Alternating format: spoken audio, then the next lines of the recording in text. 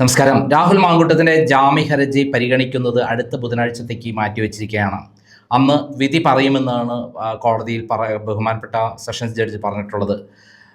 പല സംശയങ്ങളും തീർക്കാൻ വേണ്ടിയിട്ടായിരുന്നു ഇന്നലെ കോടതിയിൽ പ്രതിഭാഗത്തോടും വാദിഭാഗത്തോടും കോടതി ചോദിച്ചത്. അതിൽ വാദിഭാഗത്തിന് യാതൊന്നും തന്നെ പുതുതായി കൊടുക്കാനുണ്ടായിരുന്നില്ല. എന്തെങ്കിലും തരത്തിൽ രാഹുൽ മാങ്കൂട്ടത്തിനെതിരെ എന്തെങ്കിലും തെളിവുകളുണ്ടോ എന്ന് ചോദിച്ചപ്പോൾ പ്രോസിക്യൂഷന് ഒരു തെളിവും ഉണ്ടായിരുന്നില്ല. ആകെ പറയാനുണ്ടായിരുന്ന രാഹുൽ മാങ്കൂട്ടം ഒരു സ്ഥിരം കുറ്റവാളിയാണ്, ബലാത്സംഗമാണ് അദ്ദേഹത്തിൻ്റെ ജോലി, സ്ഥിരമായി കൃത്യം എന്നാണ് കോടതിയിൽ പറഞ്ഞിട്ടുള്ളത്. കാണുന്ന പെൺകുട്ടികളെ മുഴുവൻ കല്യാണം കഴിക്കാം എന്ന് പറഞ്ഞ്, അല്ല കുഞ്ഞു വേണം എന്ന് പറഞ്ഞിട്ട് അത്തരം പെൺകുട്ടികളെ വലയിൽ വീഴ്ത്തി ബലാത്സംഗം ചെയ്യലാണ് രാഹുൽ മാങ്കൂട്ടത്തിൻ്റെ പ്രധാനപ്പെട്ട ജോലി. അതുമാത്രമാണ് ഞങ്ങൾക്ക് പറയാനുള്ളത് എന്നാണ് പറയുന്നത്. അപ്പോൾ കോടതി വെച്ച് ഈ കേസിൽ എന്തെങ്കിലും നിങ്ങൾക്ക് തെളിവ് നൽകാനുണ്ടോ? ബലാത്സംഗമല്ല എന്ന് പറയുന്ന കുറേ തെളിവുകൾ കോടതിയിൽ പ്രതിഭാഗം ഹാജരാക്കിയിരിക്കുകയാണ്. ആ സന്ദർഭത്തിൽ അതല്ല എന്ന് പറയാൻ എന്തെങ്കിലും ഉണ്ടോ? അതായത് ബലാത്സംഗ കേസിൽ ബലാത്സംഗത്തിന് ശേഷം എന്തെങ്കിലും ബലാത്സംഗമാണ് എന്ന് സ്ഥാപിക്കാനെന്ന് വേണം. ബലാത്സംഗം നടന്നു എന്ന് വീഡിയോ ഇല്ല, ബലാത്സംഗം നടന്നു എന്ന് വേറെ വായ്മൊഴി മാത്രമേ ഉള്ളൂ. ആ പെൺകുട്ടി ഒരു കൊല്ലവും 7 മാസവും കഴിഞ്ഞ ശേഷം മാത്രമാണ് ഒരു പരാതി കൊടുത്തത്. ആ 1 കൊല്ലം 7 മാസം എവിടെയായിരുന്നു എന്നാണ് കോടതി ചോദിച്ച അർത്ഥം. ഒരു ബലാത്സംഗം നടന്നാൽ ഓൺ ദ സ്പോട്ട് പരാതി കൊടുക്കണം, എന്നിട്ട് മെഡിക്കൽ ചെക്കപ്പ് നടത്തണം. ഈ രണ്ടും നടന്നാൽ മാത്രമേ ആ കേസിന് ബലമുണ്ടാവുള്ളൂ. 1 കൊല്ലവും 7 മാസവും കഴിഞ്ഞ ശേഷം ഭർത്താവുമായി നല്ല ബന്ധത്തിൽ നടക്കുന്ന ആ സ്ത്രീ എങ്ങനെയാണ് അത് തെളിയിക്കാൻ പറ്റുക? അപ്പോൾ അങ്ങനെ ഒരു കാര്യം ഉണ്ടോ എന്നാണ് ചോദിച്ചത്. എന്തെങ്കിലും തെളിവുകൾ നിങ്ങൾക്ക് ഹാജരാക്കാനുണ്ടോ? ഇല്ല എന്നാണ് പറഞ്ഞത്. അതായത് 8/4/2024 തിരുവല്ല ഹോട്ടലിൽ വെച്ച് 408 നമ്പർ റൂമിൽ വെച്ച് ഈ ബലാത്സംഗം നടന്നു എന്ന് പറയുന്നത്. അന്നൊരു പരാതി കൊടുത്തിട്ടില്ല, അന്ന് ആരോടും പറഞ്ഞിട്ടില്ല. അതിന് ശേഷം രാഹുൽ മാങ്കൂട്ടത്തിന് പിന്നാലെ ഇവർ നടക്കുകയായിരുന്നു. എന്നാൽ പ്രതിഭാഗത്തിന് ഹാജരായ, രാഹുൽ മാങ്കൂട്ടത്തിന് വേണ്ടി ഹാജരായ പ്രഗത്ഭനായ അഡ്വക്കേറ്റ് ശാസ്തമംഗലം അജിത് കുമാർ ചോദിച്ച ചോദ്യം വളരെ പ്രസക്തമാണ്. ഈ ബലാത്സംഗം നടന്നു എന്ന് പറഞ്ഞുകൊണ്ട് ഒരു പരാതി എവിടെയില്ല. ബലാത്സംഗം പറഞ്ഞു എന്ന് പറയുന്ന ഒരു കാര്യത്തിൽ അന്ന് 8/4/2024 അവരെവിടെയും പരാതി കൊടുത്തില്ല. അവരേതെങ്കിലും സുഹൃത്തുക്കളോടോ ഭർത്താവിനോടോ, ഏറ്റവും നീ പറയേണ്ട ഭർത്താവിനോടാണ്.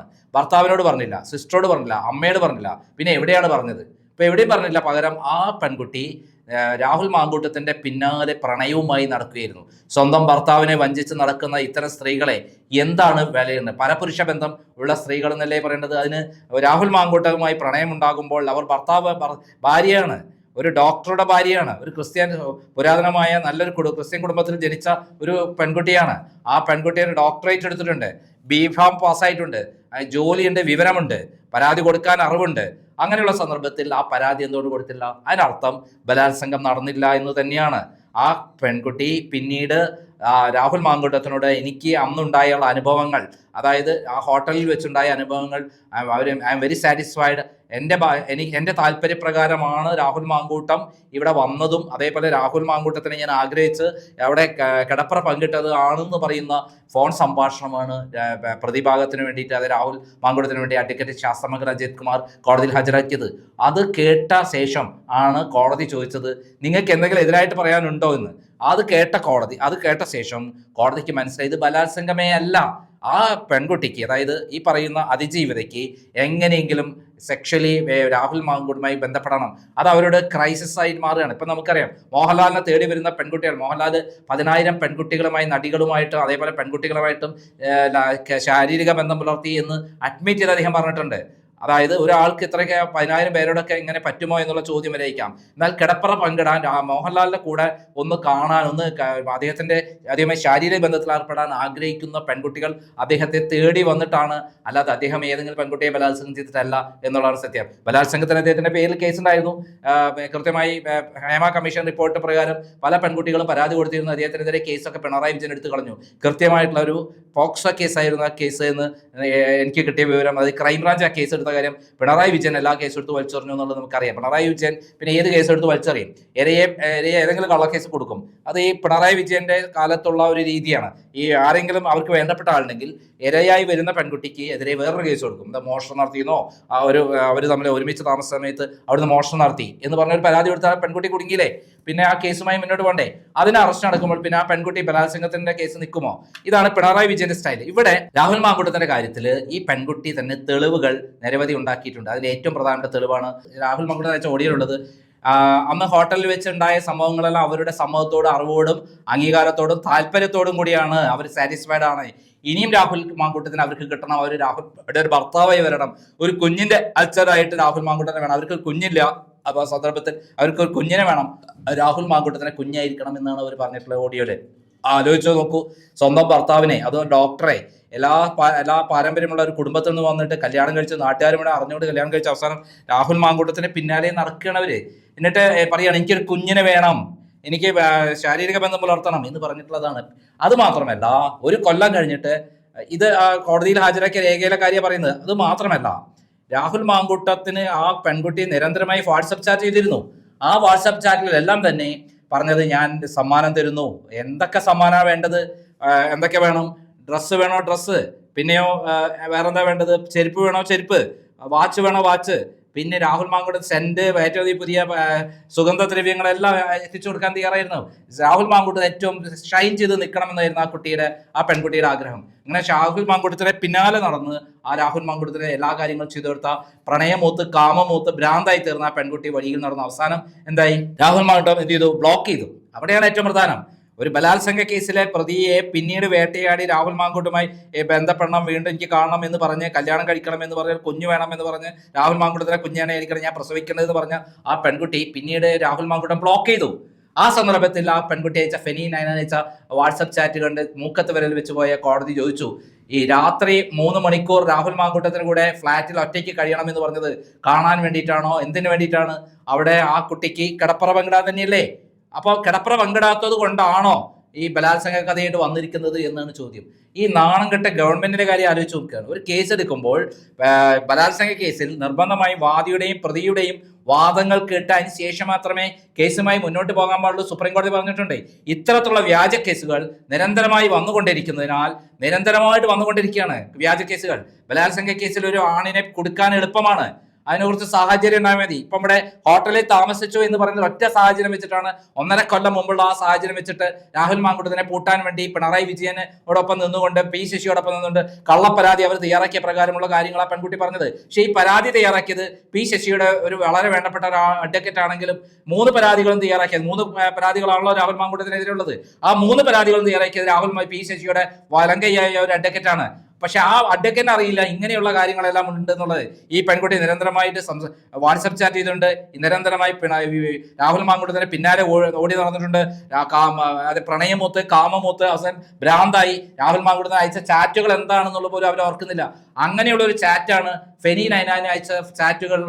ഒന്നല്ല, നിരവധി ചാറ്റുകൾ. അതിൽ ഏറ്റവും പ്രധാനപ്പെട്ട കാര്യം, എനിക്ക് രാഹുൽ മാങ്കൂട്ടത്തിനെ ഒറ്റയ്ക്ക് വേണം, ഒറ്റയ്ക്ക് 3 മണിക്കൂർ കഴിയണം. അപ്പൊ കോടതി വെച്ചാണ് അന്ന് രാഹുൽ മാങ്കൂട്ടത്തിന് തയ്യാറായിരുന്നെങ്കിൽ രാഹുൽ മാങ്കൂട്ടം ബലാത്സംഗം ചെയ്യുന്ന ഒറ്റ ചാട്ടത്തിന്, അതായത് ഈ പറയുന്ന തിരുവല്ല ഹോട്ടലിൽ വെച്ച് എന്താ ഉണ്ടായെന്ന് പറഞ്ഞത്, തിരുവല്ല ഹോട്ടലിൽ വെച്ച് ചാടി വീണു എന്നാ പറഞ്ഞത്.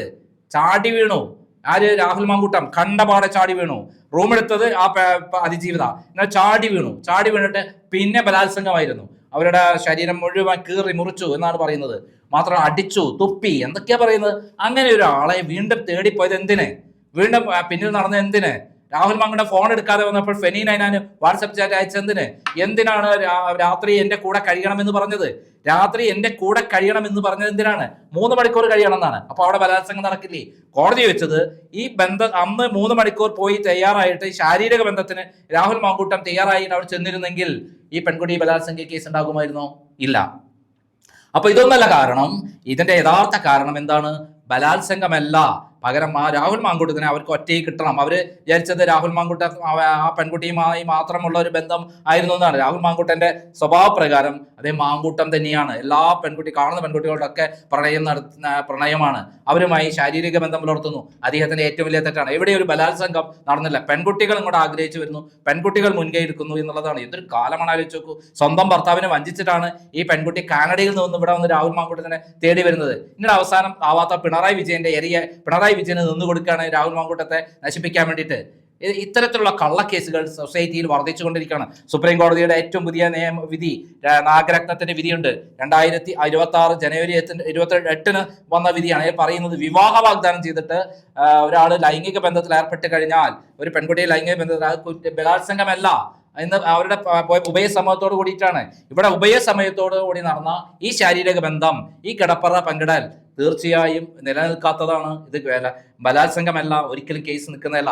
ഇങ്ങനെ ഒരു കേസിലാണ് പിണറായി വിജയൻ കൊണ്ട് എടുത്തു ചാടി അവസാനം ഉള്ള മുഖച്ഛായ ഓരോ ദിവസവും നശിപ്പിച്ചുകൊണ്ട് ഒരാളെ. പിണറായി വിജയന്റെ ജോലി എന്താണ്? നിയമപരമായിട്ട് സത്യസന്ധമായിട്ട് എല്ലാവർക്കും നീതി നടപ്പിലാക്കിക്കൊണ്ട്, പ്രത്യേകിച്ച് എതിരാളികൾക്ക് പോലും അവർ നീതി നടപ്പിലാക്കിക്കൊണ്ട് നിയമങ്ങൾ നടപ്പിലാക്കണം. എന്നാൽ എൻ്റെ കാര്യത്തിലൊക്കെ കള്ളക്കേസ് അല്ലാതെ പിണറായി വിജയൻ എടുത്തില്ല. ഒരൊറ്റ കേസ് എൻ്റെ പേരിൽ എടുത്തത് സത്യസന്ധമായ കേസുണ്ടോ? ഒരു കേസ് എൻ്റെ പേരിലില്ല. എന്നാൽ കള്ളക്കേസുകൾ എൻ്റെ പേരിൽ 10 12 എടുത്തിട്ടുണ്ട്. എല്ലാം തന്നെ ഹൈക്കോടതി ഇപ്പോൾ സ്റ്റേ ചെയ്ത് കഴിഞ്ഞു. ഞാൻ തിരിച്ച് കേസ് കൊടുക്കാൻ പോവുകയാണ്. ഇവിടെ രാഹുൽ മാങ്കൂട്ടം തിരിച്ച് കേസ് കൊടുത്താൽ, ഞാൻ അറിഞ്ഞിടത്തോളം ഇറങ്ങിക്കഴിഞ്ഞ ഉടനെ തന്നെ ഈ പെൺകുട്ടിക്കെതിരെ 20 കോടി രൂപയ്ക്ക് കേസ് ഫയൽ ചെയ്യുന്നതാണ് ഞാൻ മനസ്സിലാക്കുന്നത്. ആ 20 കോടിക്ക് കേസ് ഫയൽ ചെയ്ത് കഴിഞ്ഞാൽ ആ പെൺകുട്ടി കൊടുക്കേണ്ടി വരും. കാരണം അത്രയും സുവ്യക്തമായ തെളിവുകളാണ് രാഹുൽ മാങ്കൂട്ടം കോടതിയിൽ ഹാജരാക്കിയിട്ടുള്ളത്. ഇതിന്റെ കോടതി ചോദിച്ച ചോദ്യം വളരെ പ്രസക്തമാണ്. രാഹുൽ മാങ്കൂട്ടം കിടപ്പറയിൽ പങ്കിടാൻ തയ്യാറായിരുന്നെങ്കിൽ ഈ ബലാത്സംഗ കേസ് ഉണ്ടാകുമോ? ആയിരുന്നോ? വീണ്ടും കിടപ്പറ പങ്കിടാൻ ഫെനി നൈനാനോട് ആവശ്യപ്പെട്ട പ്രകാരം അത് രാഹുൽ മാങ്കൂട്ടം തയ്യാറായിരുന്നെങ്കിൽ ഈ പെൺകുട്ടി ബലാത്സംഗ കേസ് കൊടുക്കുമായിരുന്നു? ഇല്ല, ഒരിക്കലും ഇല്ല. ആ കുട്ടീന്റെ ആവശ്യം അതാണ്, രാഹുൽ മാങ്കൂട്ടത്തിനോടൊപ്പം കിടപ്പറ പങ്കിടണം എന്നുള്ളതാണ്. അത് സ്വപ്നം കണ്ട് നടക്കുകയാണ്. ഇങ്ങനെയുള്ള ധാരാളം പെൺകുട്ടികൾ മോഹൻലാലിനെയും മമ്മൂട്ടിയൊക്കെ സ്വപ്നം കണ്ട് അവരുമായിട്ട് ഇങ്ങനെ സ്വപ്ന ബന്ധങ്ങൾ ഉണ്ടാക്കി അവിടെ എന്തിനും തയ്യാറായി പോകുന്ന പെൺകുട്ടികളുണ്ട്.